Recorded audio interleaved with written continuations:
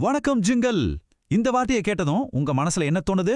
ஒரு magic lamp, அதை தேய்ச்சதும் வர நீல கலர் பூதம், அப்புறம் 3 வரங்கள், அப்படிதானே? ஆனா அது கதையோட ஒரு சின்ன துளிதான்.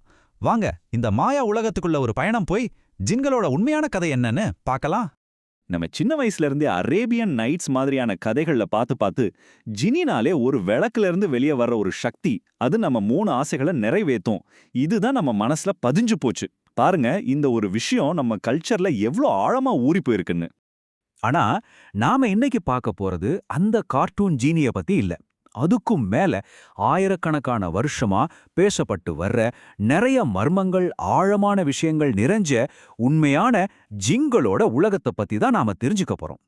யோசிச்சு பாருங்க, ஒரு பக்கம் நம்ம கற்பனையில இருக்கிற நாம சொன்னதை செய்யற ஒரு வேலைக்கார ஜின்னி, இன்னொரு பக்கம் பழைய நூல்கள் சொல்ற மாதிரி தனக்குன்னு ஒரு சொந்த விருப்பம் இருக்கிற நம்ம கண்ணுக்கு தெரியாத ஒரு உலகத்துல வாழ்ற சக்தி வாய்ந்த உயிரினங்கள். இதுல எது உண்மை? ஜின்களோட உண்மையான ஆரம்பம் எது? இதை தான் நாம இப்போ ஆழமா பார்க்க போறோம். மத சம்பந்தமான புத்தகங்கள்லாம் வர்றதுக்கு ரொம்ப காலத்துக்கு முன்னாடியே அந்த பாலைவன மணல்ல ராத்திரி நேர அமைதியில இந்த மர்மமான உயிரினங்களை பத்தின கதைகள் வாய் வழியாவ பரவிட்டு இருந்துச்சு. அந்த கதைகள்லாம் பாலைவன மக்களோட வாழ்க்கையோட ஒரு அங்கமாவே இருந்திருக்கு. பழங்கால நாட்டுப்புற கதைகள்ல பாத்தீங்கன்னா ஜின்கள்ங்கிறது வெறும் ஆவிங்க மட்டும் இல்ல, அதுங்க இயற்கையோட ஒரு கட்டுப்படுத்த முடியாத சக்தியா பார்க்கப்பட்டிருக்கு. அதாவது பாலைவனத்துல வீசுற அனல் காத்து மாதிரி, புயல் மாதிரி நினைச்ச உருவத்துக்கு மாறக்கூடிய சக்தி அதுங்களுக்கு இருந்திருக்கு. சில சமயம் வழி தெரியாம தவிக்கிறவங்களுக்கு உதவி பண்ணோம், சில சமயம் தந்திரம் பண்ணி அவங்கள மாட்டி விட்டுரும். ஓகே, நாட்டுப்புற கதைகளோட கற்பனை உலகத்திலிருந்து வெளியே வந்து இப்போ இந்த விஷயத்தோட ஆணிவேருக்கே போவோம். ஜின்களை பத்தி ரொம்ப ஆதாரபூர்வமான மூலங்கள் என்ன சொல்லுதுன்னு பார்க்கலாம் வாங்க. குரான்ல இப்படி ஒரு வசனம் வருது. மேலும் அவன் ஜின்களை புகையில்லாத நெருப்பு ஜுவாலையிலிருந்து படைத்தான். இதுதான் ஜின்களோட உருவாக்கம் பத்தின இஸ்லாமிய வரையலையோட முக்கியமான பாயிண்ட். மனுஷங்களை களிமண்ணிலிருந்து உருவாக்குனா மாதிரி ஜின்களை புகையே இல்லாத நெருப்பிலிருந்து உருவாக்குனாங்கன்னு சொல்லப்படுது. பாருங்க எவ்வளவு வித்தியாசமான ஒரு உருவாக்கம். அப்போ மத நூல்களை வச்சு பார்த்தா ஜின்களுக்கான டெஃபினிஷன் என்னன்னா, அதுங்க மனுஷங்க, தேவதைகள், இவங்க 2 பேர்ல இருந்தும் வேற மாதிரியான ஆனா புத்திசாலித்தனமான உயிரினங்கள். மனுஷங்கள மாதிரியே யோசிக்கிற திறனும், நல்லது கெட்டது யோசிச்சு முடிவெடுக்கிற திறனும் அதுங்களுக்கு இருக்கு. ஆனா அதோட உருவாக்கம் மட்டும்தான் வேற, நெருப்போட சாரத்துல இருந்து.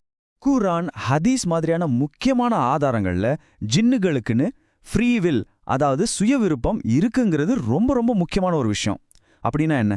நம்மள மாதிரி அதுங்களும் நல்லது எது கெட்டது எதுன்னு யோசிச்சு ஒரு வழியை தேர்ந்தெடுக்க முடியும். அதுங்க வெறும் மேஜிக் பண்ற உயிரினம் மட்டும் இல்ல, எது சரின்னு முடிவெடுக்கிற தகுதி கொண்டவர். ஜின்களை பத்தின விஷயங்கள்லயே ரொம்ப ஆச்சரியமான ஒரு கான்செப்ட் என்ன தெரியுமா? அதுங்க நமக்கு பக்கத்திலேயே, ஆனா நம்ம கண்ணுக்கு தெரியாத ஒரு வேற பரிமாணத்துல, அதாவது ஒரு பேரலல் உலகத்துல வாழ்றாங்கங்கிறது தான். ஒரு நிமிஷம் இதை யோசிச்சு பாருங்களேன்.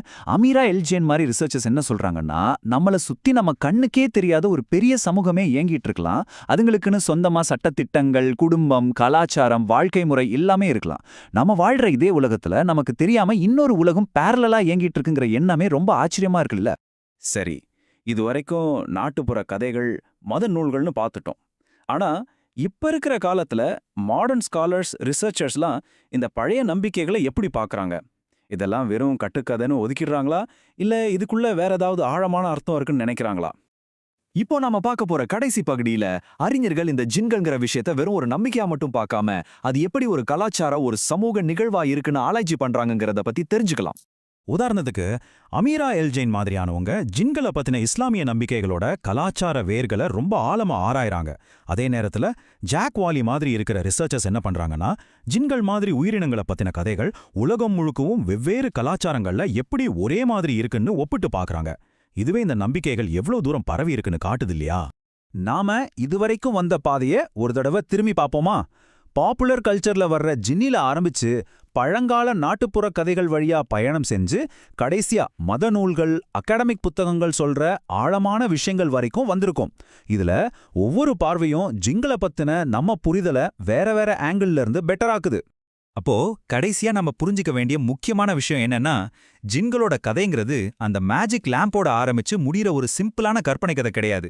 அது நம்பிக்கை, கலாச்சாரம், வரலாறு, ஏன் நம்ம கண்ணுக்கு தெரியாத ஒரு உலகத்தை பத்தி மனுஷங்க எவ்வளவு ஆழமா யோசிச்சிருக்காங்கங்கிறதுக்கான ஒரு பிரதிபலிப்பு.